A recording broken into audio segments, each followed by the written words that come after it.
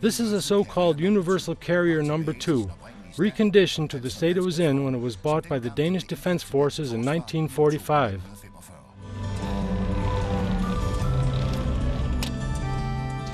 It's the only one in the country, and mind you, it can still drive. Ole Droestrup has written books about armored vehicles in Denmark.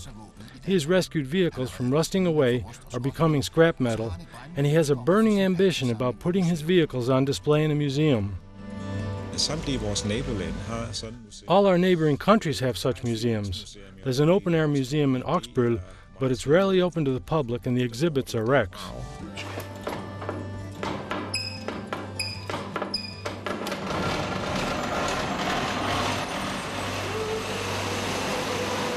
Apart from Universal Carrier No. 2, Ole has this Moza-grease in the stable, and then the pearl of his collection that can make passersby think they're dreaming, a fully working Sherman tank from World War II.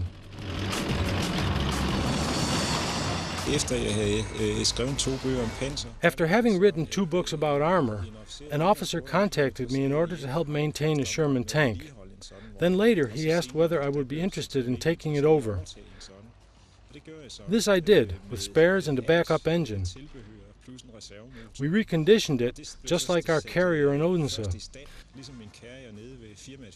It was then transferred to Oksbøl, where it was used in films and for showing at events.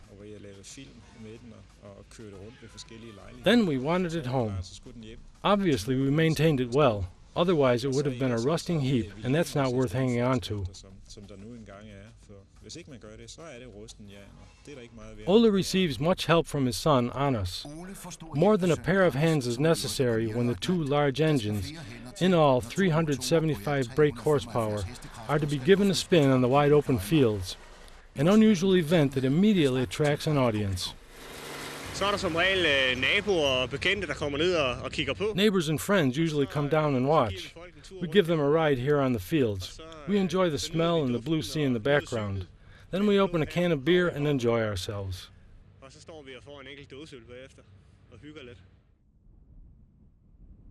What do they think of this heavy armor driving across their fields, the usually very conservative people of Els?